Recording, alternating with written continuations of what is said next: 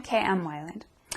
In some ways, story descriptions are kind of the bane of the writing life. Descriptions of character and setting and all of this are integral to bringing to life any story.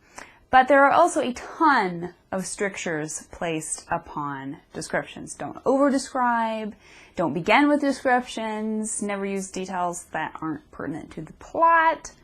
But you've also got to come up with details that are vivid and unique in a way that will bring the visuals of your story into three-dimensional color in your readers' imaginations. We could do a video on every single one of those things. But today, I want to talk about creating vivid descriptions thanks to one detail. Now, what that detail is will depend on whatever it is you're describing. Sadly, I can't help you there because that's what writing is all about. However, I can give you an awesome rule of thumb for finding that detail. And that is this.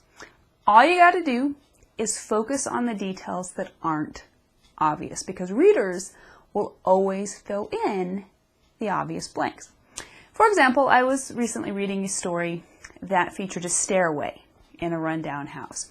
The author talked about the character putting his hand on the banister.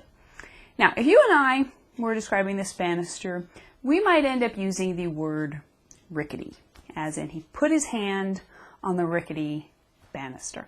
And why not? Rickety is a good word, but it's also the obvious word. There's a reason it was the first word to pop to our minds. It was probably the first word to pop to the author's mind, but it wasn't the word he ended up using. Instead, he wrote about a splintery banister. Now, this is every whit as evocative as rickety, and the fact that it's a little more unique means that it not only offers us a new aspect of this banister, it also implies rickety. It's two for the price of one. By describing this banister as splintery, the author is able to get the reader to infer that it is also rickety. In a one simple word choice, he takes his story descriptions to the next level, and so can you.